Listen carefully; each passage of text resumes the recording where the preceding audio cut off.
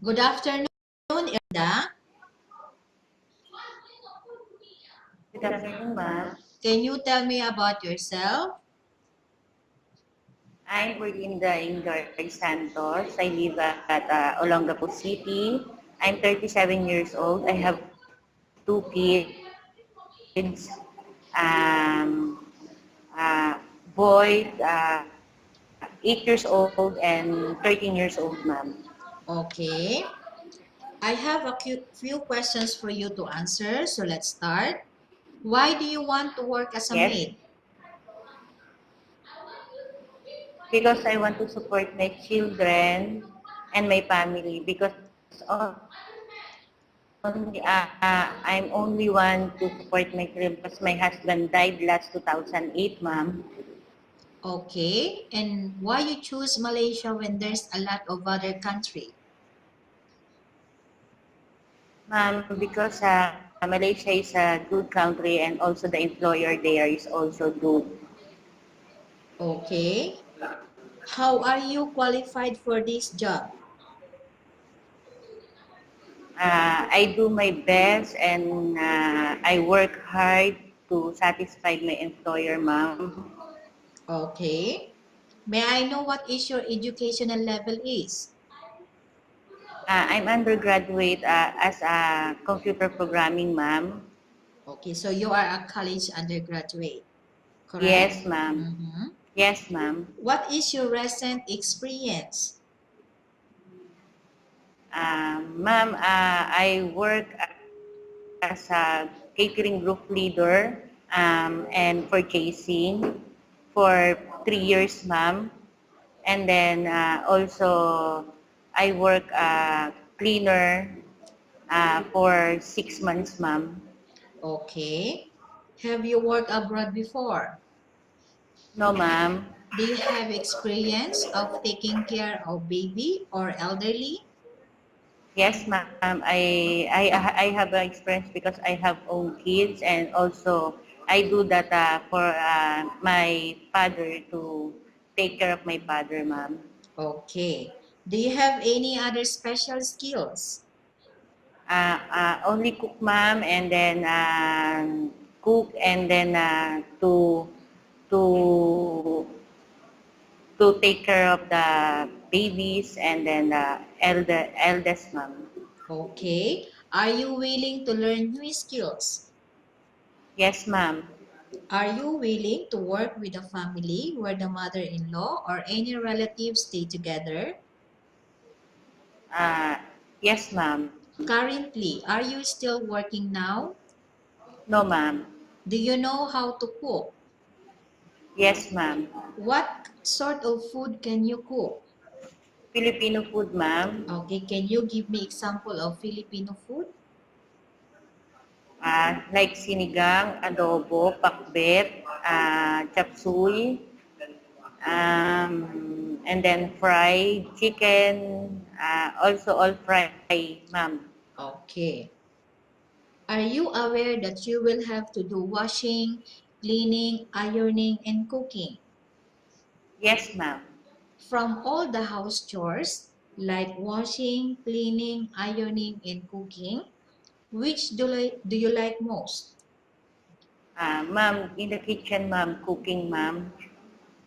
Okay. If ever you were selected to work in Malaysia, who will take care of your kids? My mother, ma'am. Okay. You are not allowed to use handphone during working hours. Yes or no? Yes. Yes, ma'am. Okay. You are only allowed to use handphone after you finish all the works and when going to bed. Yes, ma'am. You are strictly needed to surrender the handphone to your employer in the morning, and your employer will return back to you once you're going to bed.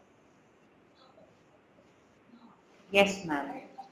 If ever your employer finds out that you're abusing your handphone and it's affected your work performance, your employer will confiscate your handphone and you are not allowed to hold it anymore.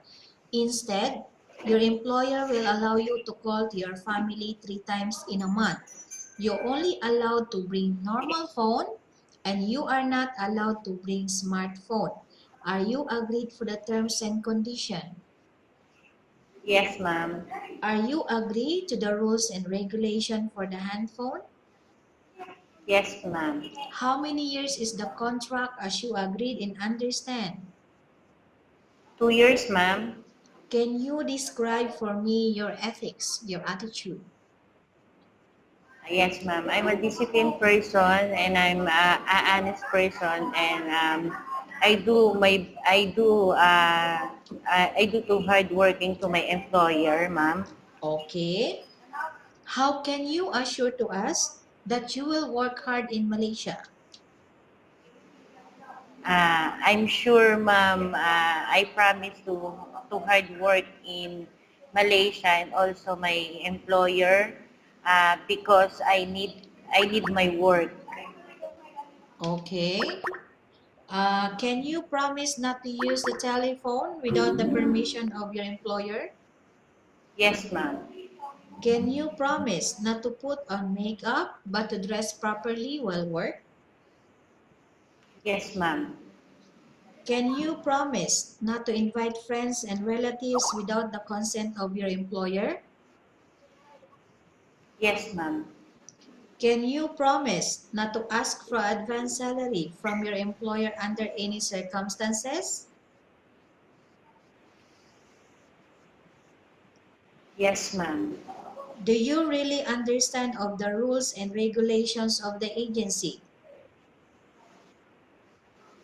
Yes, ma'am. Do you pay any placement fee for you to come to Malaysia to work as a maid? No, ma'am. Do you have any history of sickness, example breast cancer or any other illness? No, ma'am.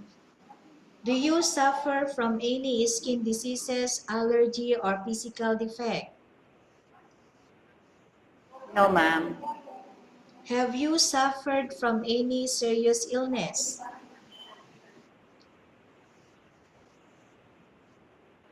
No, ma'am. Do you smoke?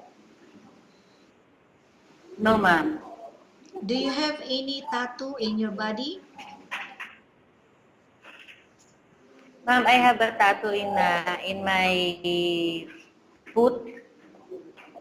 Okay, and so you have tattoo in your which Yes, part? It ma'am. says left or right Uh, foot? uh, right, ma'am. My name, ma'am. Okay. Do you take any prohibited drugs? No, ma'am. Have you undergone any operation?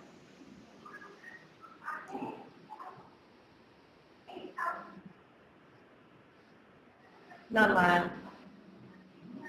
Are you medically fit? Yes, ma'am. Are you in any medication?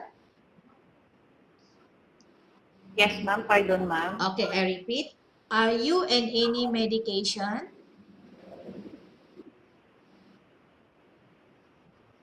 No, ma'am. Are you allergic with any food?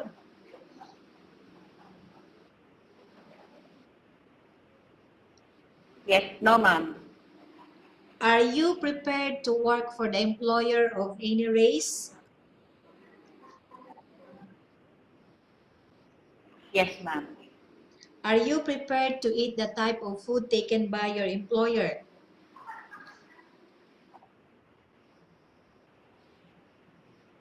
Yes, ma'am. Are you afraid of being left alone in the house? Yes, ma'am. I repeat, are you afraid of being left alone in the house? Yes. Ah, no, ma'am. No. Okay. Are you afraid of dogs or other pets? Yes, ma'am. I am Okay. afraid to dog, ma'am. Okay. Can you promise to work according to instruction from your employer? Yes, ma'am. Do you have any immediate family working in Malaysia? Ma'am, I repeat, do you have any ma'am, can you immediate... repeat the question, ma'am? Okay, I Yes. repeat. Do you have any immediate family working in Ma'am, Malaysia? you're choppy, ma'am.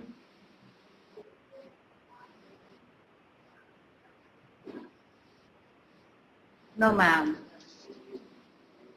Okay, Erlinda, we have finished our question section. Let's go to Yes, case ma'am. study. I have a case study for you and I want you to answer me truthfully. Yes. Okay? Yes. Yes, ma'am. Okay, number one. Upon arrival in Malaysia within 6 months, if ever any of your family members passed away, what will you do? Will you continue to work till finish your contract or you will go back? Ma'am, if my employer, I told to my employer if I go home, but I come back, but my employer is not to allow me to go home. I continue my work and I finish my contract, ma'am. Okay, number two, tell us about yourself and why do you want to work in Malaysia as domestic helper? Ma'am, I want to work in Malaysia because I need to support my family and my children because I'm only the one to support my kids because I don't have a husband. Died last, he died 2008, ma'am. My mother, I need to also support to take care of my baby Okay. and Mhm. I want to be what kind of call this, ma'am? I want to give what we need, what we need my children. Okay, Erlinda, what do you want to tell the employer who watching your video right now? Good afternoon, ma'am, sir. I'm here to work in Malaysia. I want to choose me to working at you. I promise that I'm going to hard working to my work as your housemaid, and I do my best to work with your in to with you and I promise to be honest with you, ma'am, sir. Thank you, sir, ma'am. Okay, thank you very much, Erlinda. We will update to your agency if there's any selection made by the employer. Yes, ma'am. Thank you, ma'am.